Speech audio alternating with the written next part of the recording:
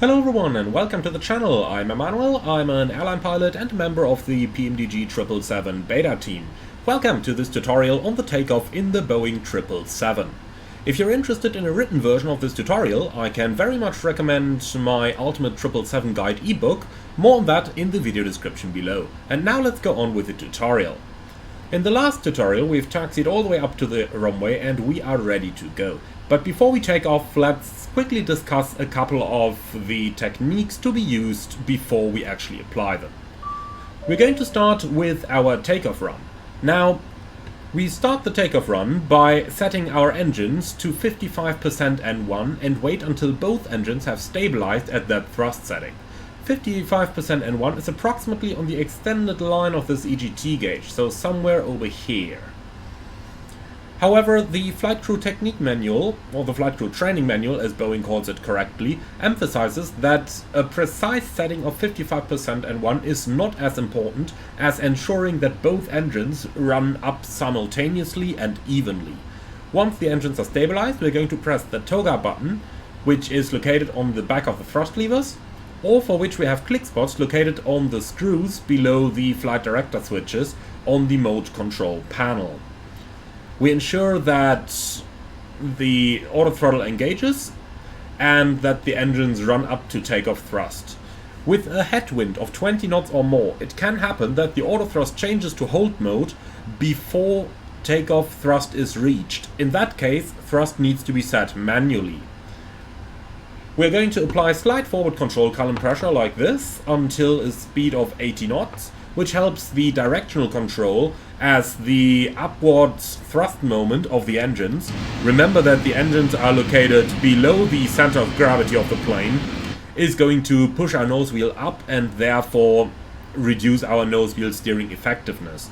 At a speed of 80 knots we can release the control column pressure back to neutral, as by that time there will be sufficient airflow over the rudder to keep directional control using aerodynamic controls only.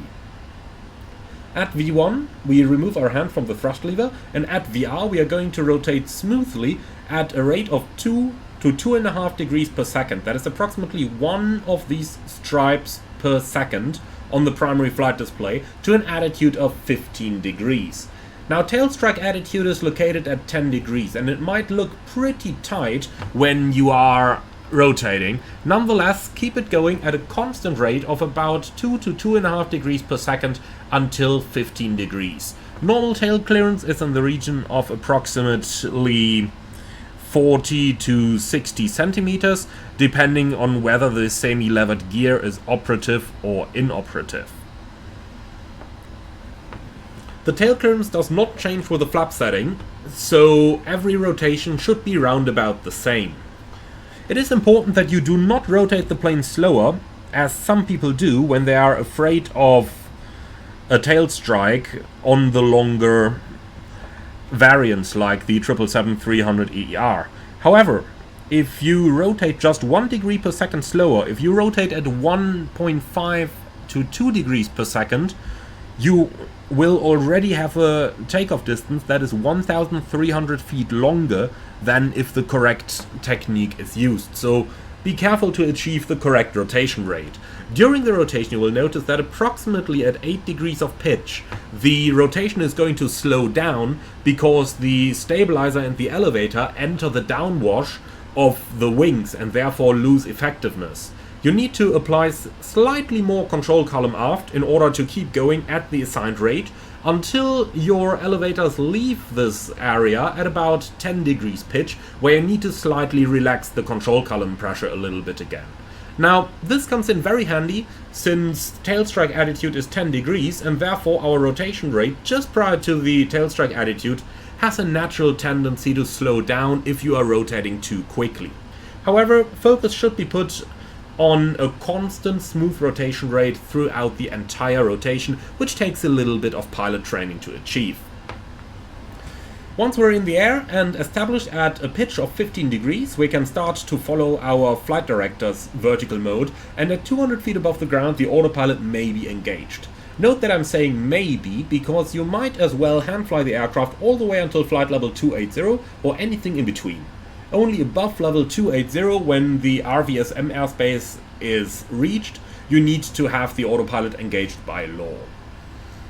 Now, let's talk about the autoflight sequence. So, when the toga button is pushed, you will see thrust ref in the FMA. At 80 knots, that will change to hold, and once we're airborne and past 50 feet, LNAV is going to activate.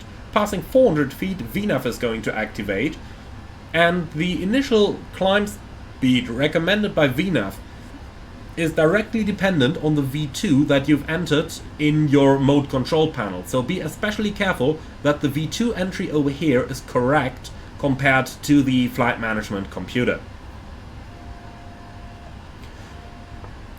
With all of that out of the way, we will explain the rest of the procedure as we go along. So let's go ahead and carry out the lineup procedure. First of all, we are going to turn the transponder into TARA, advise the cabin crew, prepare for departure, and then we turn on our strobe light. As soon as takeoff clearance is received, we can also turn on the landing lights, for which you've got a nice little click spot up here on the text landing to turn all 3 lights on at the same time. As we're about to start moving, we're also going to turn the runway turnoff and the taxi lights on, and this completes the procedure. Note that the before takeoff checklist is already long complete at this point, so we do not need to worry about the before takeoff checklist anymore. So, brakes released, let's go ahead and line up. Again, short and small amounts of thrust are all we need in order to line the airplane up nicely.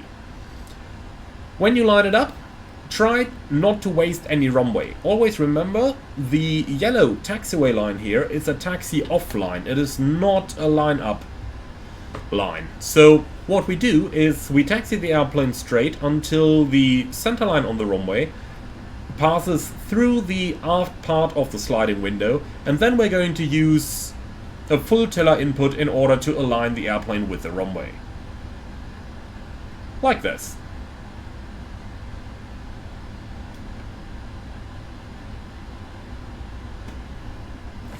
A rolling takeoff may be performed, so we are going to keep it rolling.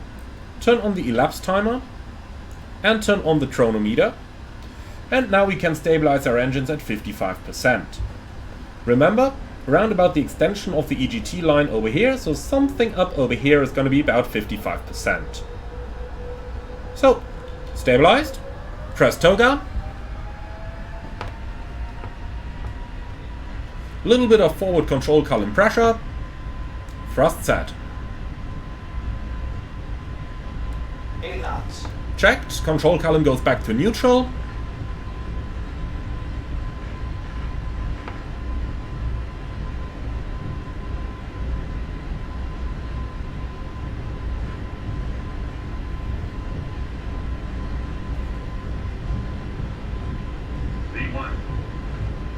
Rotate.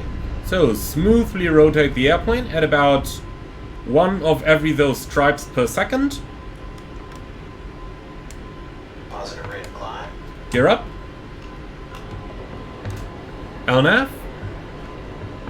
200 feet, autopilot is coming on. 400 feet, VNAV engages. And at the predefined acceleration altitude, VNAV is going to start lowering the nose and start accelerating the aircraft. So, reaching the acceleration altitude, the target speed goes up, the nose goes down. And as we pass through the current flap speed, we can retract the flaps 1 notch. So let's go to flaps 1.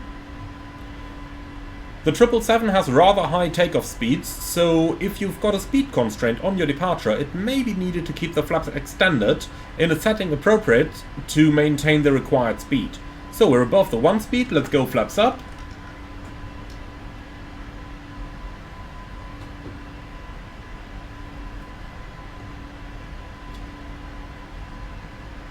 As soon as the flaps are up, you will see the up light turn green, like now, and that is our indication to start the after takeoff procedure.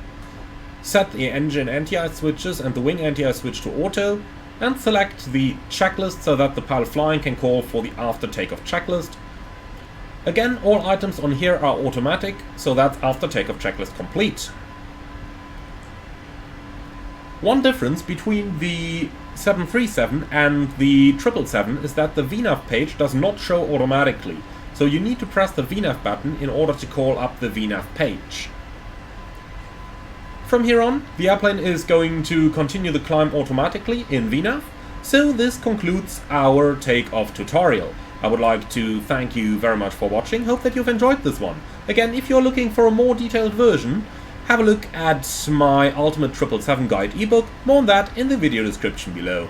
Thank you for watching, and then I see you all again on the next one.